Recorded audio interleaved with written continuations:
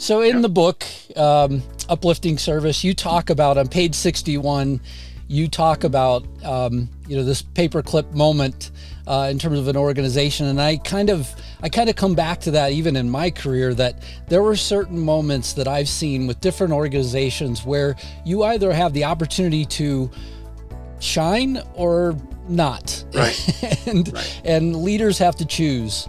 Maybe you want to take a moment and describe the paperclip first, and then, maybe we kind of come back to the question of, how do you decide? Yeah.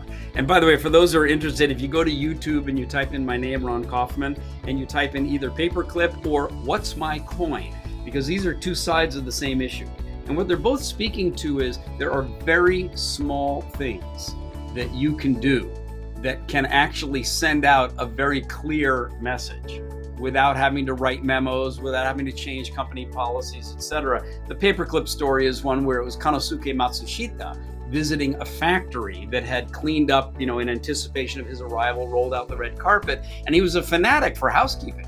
And one of the things that he did is he walked down the red carpet. Out of the corner of his eye, he saw underneath one of the big industrial machines a paperclip on the floor, and literally stopped on the red carpet, turned, walked over, squatted down, picked it up, held it up in the air, put it in his suit pocket, went back to the red carpet and kept walking. Didn't say a word.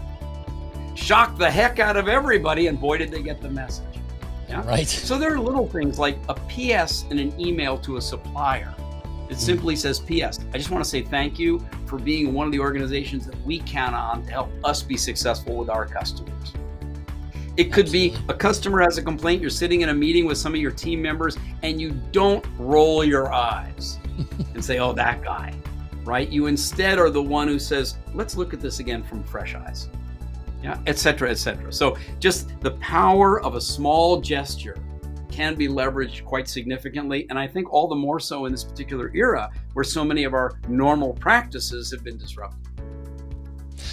Yeah, and I think one of the big things that continually comes back that I frequently hear is just the overall cost of, what is the cost of, good service? Well, the cost of not good service is pretty expensive from my point of view.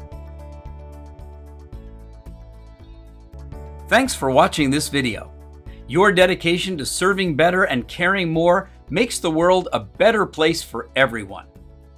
For more uplifting ideas, practical insights, and free resources, please subscribe now.